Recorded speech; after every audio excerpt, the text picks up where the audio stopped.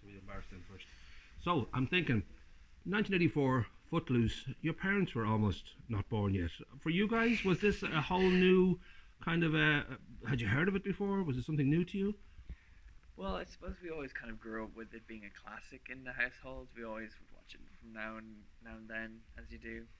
Because I'm probably Ireland's greatest living film critic, and yet I can't remember the plot of Footloose. It's a young teenage boy. His foot starts to fall off or something. What is the plot again?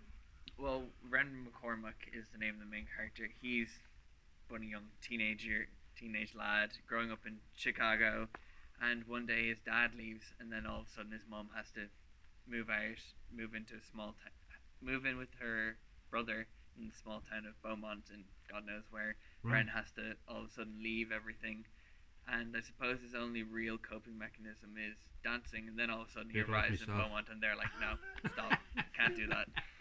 So he sort of has this whole meltdown, and that's really where the whole film and musical jump off from. Well, I know I'll talk about it in a minute. This has been your fifth, I think. You've done quite a few. Is it the first one for you, Eva? It's the first one I've been in, but the last 2 years I was helping out backstage with costumes. Yeah.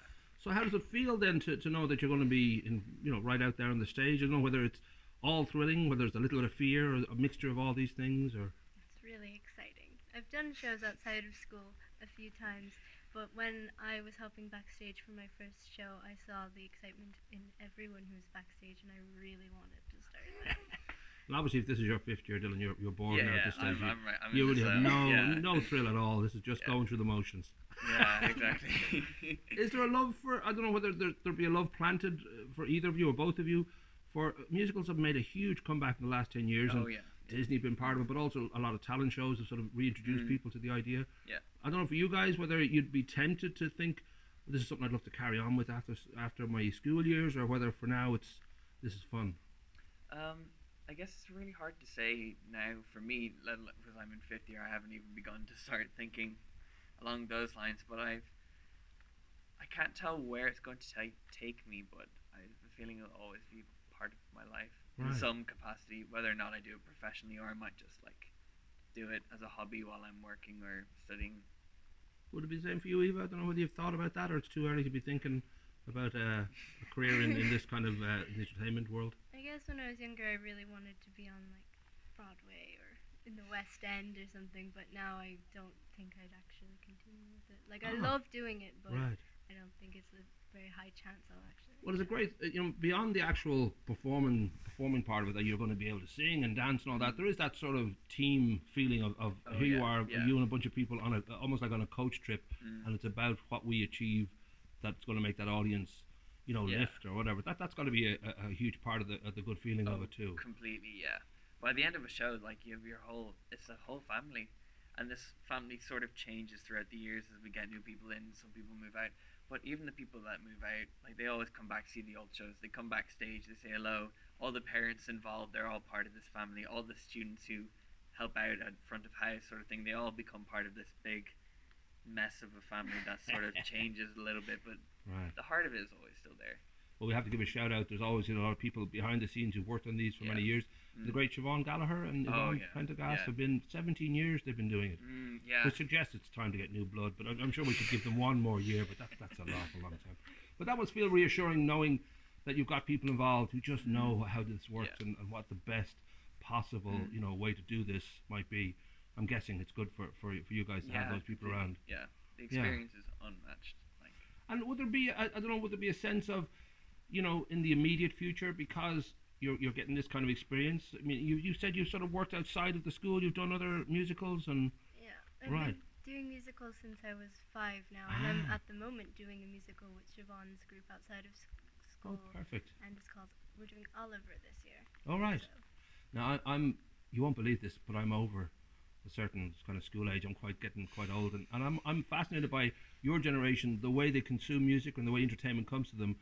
I don't know whether you guys, religiously buy albums, whether it's all about what you see online, or I don't know what way you get your kicks when it comes to musicals and music and entertainment.